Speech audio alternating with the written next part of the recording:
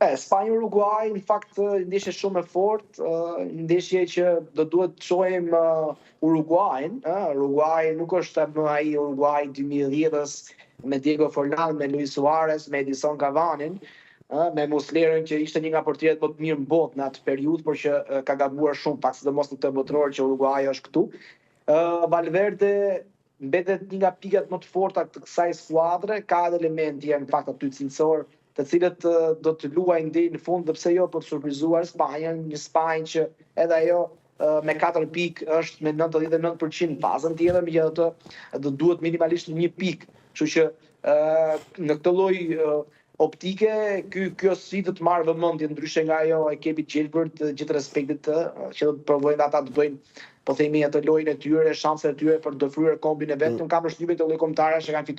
kanë fituar botrorin e tyre vetëm me pjesëmarrjen, u munduan siç bëri edhe Curaçao në fakt. Edhe do të provojnë të japin maksimumin në takimin e fundit për të parë se çfarë do ndodh me fatin e tyre. Në botror çdo detaj, çdo gjë që mund bësh mund të blej shumë, jashtëzakonisht shumë, dhe është shans e artë për gjithëkënd, sidomos me këto kombëtarët modeste, për të dhënë më të mirën e tyre. Okej, dhe në orën 5 mëngjesit kemi Ezhipt-Iran, Zelandë e Re, Belgjik. Për grupin G, dhe ky një grup i balancuar dhe ky? Tejet i balancuar, ku çdo rezultat do të jetë përcaktues sa i takon çorisë të gjitha skuadrave, kështu që mbetet e hapur. Në fakt, unë prisja më shumë tek Belgjika, nuk është ajo Belgjik e viteve më parë ku Eden Hazard ishte një nga më të mirët të botë, por në formë shkëlqyer ishte Romelu Lukaku apo dhe futbollistë tjerë që bënin diferencën me këtë skuadër. Kështu që kjo skuadër tashmë është e limituar. Ajo që më bezdis, edhe pse në fakt prisja shumë tek Belgjika, është që nëse shikon organikën, janë futbollistë që vinë nga një formë të mirë me ekipet respektive, por që nuk po e bëjnë këtë gjën me kombëtaren, dhe në një farë mënyrë kjo ka bërë që të ketë këtë lloj performance deri tani. Megjithatë, do të zerohen gjithçka me një fitore të mundshme sot, të Belgjikës, dhe kam përshtypjen pastaj aty e mbrapa, edhe pse rruga do të jetë shumë e vështirë për këtë kombëtare, mund më mendoj që do të jetë një kërcënim për çdo lloj kundërshtari, sepse Belgjika një ndeshje të mirë mund ta bëjë, dhe çdo lloj ekipi në këtë botë, në këtë klub bote, aq më tepër ku diferencat i kanë bërë episodet, dhe unë e thash përveç Francës dhe Argentinës që shikoj skuadra më kompetitive më lart, të gjithë ekipet tjera mund të fitojnë dhe mund të munden nga skuadra të performancës, po themi, të Belgjikës, dhe jo vetëm. Kështu që është një mundësi tashmë e tretë e fundit për ta mbyllur sa më denjësisht, sepse në gjykimin tim janë gjasa të mëdha, pse jo për të patur dhe ajo fatin që ka patur Turqia, një kombëtar tjetër që kishte një lloj mënyre pritshmëri, por që nuk ja doli dot. Kështu që është arriskuar shumë skuadra e Belgjikës, megjithatë dorën e ka fatin e vet, dhe me një fitore të mundshme do të jetë në fazën tjetër, dhe pse jo pastaj aty për të rindezur edhe një herë shpresën për një rrugtim sa më dinjitoz të klubove. Okej, mbyllim pak botrorin e sa, ndalim pak tek ekipet tona, si po shkojnë përgatitjet e skuadrave që do shkojnë të marrin pjesë Kupën e Evropës, se po afron. Edhe një javë mos e bëj. Ka afruar patjetër në javën e parë, nëse më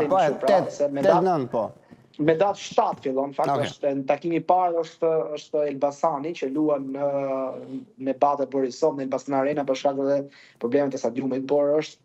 nuk e di, më ka bërë përshtypje në fakt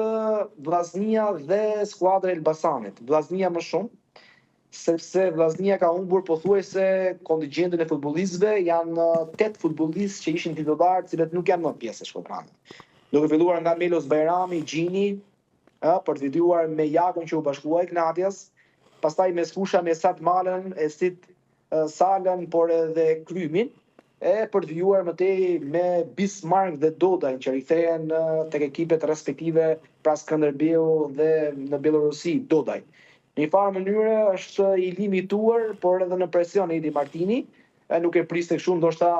humbja i titullit kampion kalon një lloj shije të keqe edhe ke drejtuesit, të cilët janë gjithë pa përgatitur, aq më tepër që disa lojtarë ishin në fund kontratat dhe kanë zgjedhur ekipe tjera, siç ishte rasti i Marës që zgjedh skuadrën e Teutës, një ekip që në gjykimin tim do të jetë shumë kompetitiv me Lidl Topën këtë sezon. Edhe në tjetër gjë është dhe Elbasani, fakt. Elbasani, ndryshe nga Vllaznia, ka patur largime të bujshme, duke filluar nga portieri Jana Çek, por vazhduar me Olbergin, se nuk është bërë zyrtare, por që ndërmbrojtësi pritet të kalojë në kampionatin polak, për të vijuar me Isin Manellarin, me Jonathan Aithin që pritet të largohet në Gjermani, në ligën e dytë në Bundesliga atje, e për të vijuar më tej me Zagen, me Ze Gomes dhe me Lo Kitin me këtë fundit që zgjedh pikërisht një rival në Shqipëri siç është Ignatia. Me Rogozhina si kampion fuqi, gjykimin tim kanë bërë merkaton më të mirë në vitet e fundit, sepse Ignatia jo vetëm që ka larguar, nëse mund ta themi, ata lojtarë cilët nuk respektuan pritshmëritë e drejtuesve, këtu duke filluar Taki Jajaja, për të vazhduar më tej me Selmanin, por nëse ka një largim, po themi, që mundet që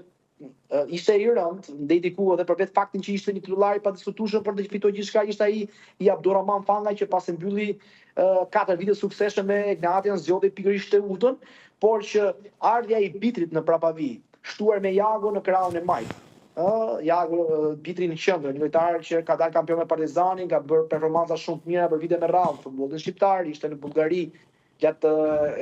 2 viteve të fundit. Por për të vijuar më tej, pastaj u përspuloj për emisionin tuaj, është mesfushori Ibrahima Diabate, lojtari 22 vjeçar nga Breku i Fildisht, që pritet të firmos me Ignatin, ka luajtur madje takimin mjesor të zhvilluar në Bansk të Bullgarisë, fituar 2-1 nga skuadra Rogozhina, se për të vijuar më tej me afrimin e Montenegros, një ish që i ka dërguar vlerat e veta tek Ignati duke u shpallur kampion sezonin 2023-2024 dhe pse jeti vetëm në katër janari duke shënuar 8 gola, e për të vijuar më tej pastaj në këtë repart me potencialin që ka aty Gruda, që ishte pjesë e skuadrës albaneze, por pa harruar edhe atë binomin e artë mes fushës me Fernando dhe Aleksin. Kështu që Ignatia, në gjykimin tim, është skuadra më kompetitive në vigjilje të dueleve të Kupat e Europës, aty ku Rogozhina si të ndryshe nga sezonit të fundit, pritshmëritë janë më të mëdha dhe do të tentojnë bëjnë atë hapin e madh që pse jo të mposhtin Prodecku në këtë skuadër në kualifikuesit e turnit parë të UEFA Champions League për shpresuar që të mbërri në grupet e konvencionit Conference League, aty ku do të luaj Elbasani, Dinamo dhe Vllaznia, ndërkohë që Dinamo përveç se afrimeve që ka patur me pikatore dhe emra jo të rëndësishëm, ajo që duhet theksuar është fakti që ka dalë të rinovojë me disa titullarë që kanë bërë mirë në sezonet e fundit, duke filluar me Nasser Ali, me Lorenzo Villen, me Qardagun, por janë larguar dhe emra me peshë në repartin e sulmit, përmendim këtu Bernard Berishën,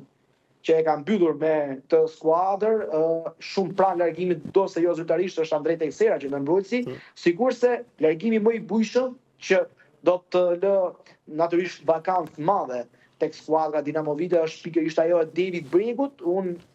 në informacionet që kam, është futbollisti nuk do të zgjedh asnjë nga ekipet e superiore sepse është përfolur që mund të mbërri tek Teuta i Durrësit që i ka bërë fakt një ofertë majme prej 200.000 euro sezon, por që futbollisti ka zgjedhur dhe me shumë gjasa do të realizohet në një nga kampionatet e lindjes mesme, aty ku do të përfitoj të paktën $300.000 në sezon për 2 apo 3 sezonet e fundit. Kështu që kjo është, nëse mund ta themi kështu, ajo panorama e përgjithshme e 4 skuadrave që do të. Kush e ka më të lehtë Iza? Ma thuaj shkurtimisht, se jemi limite. Kush e ka më të lehtë për të kaluar këtë tur? Në letër. Shikoni Elbasani edhe nëse do të bënte një merkato shumë mirë, se ka bërë afime të mira. Jemi me këto që jemi tashmë, me fotografinë që jemi. Unë kam përshtypjen me Bate Borisovin ka shumë pak shanse, do të kishte shumë shanse skuadra e Vllaznias me Malisheva duke parë rendimentin e skuadrës kosovare, saj këta kimi vllazëror që do jetë i gjithë për të shijuar në fakt, por që Malisheva me një trajner që njeh mjaft mirë ambientin në Shkodran, sepse ka zyrtarizuar Tomas Burdarić, këtë trajner në krye do ta ketë më të lehtë duke parë faktin që ka patur shumë largime. Nëse ka një skuadër që ka shanse duke parë rivali që do të ketë kundërshtar, forcën e tyre, por edhe jo vetëm, faktin që ka bërë një merkato shumë solide është pikërisht Ignatia. Okej, Isa, shumë faleminderit. Të përshëndes edhe të uroj një fundjavë së më të mbarë. Faleminderit shumë. Faleminderit.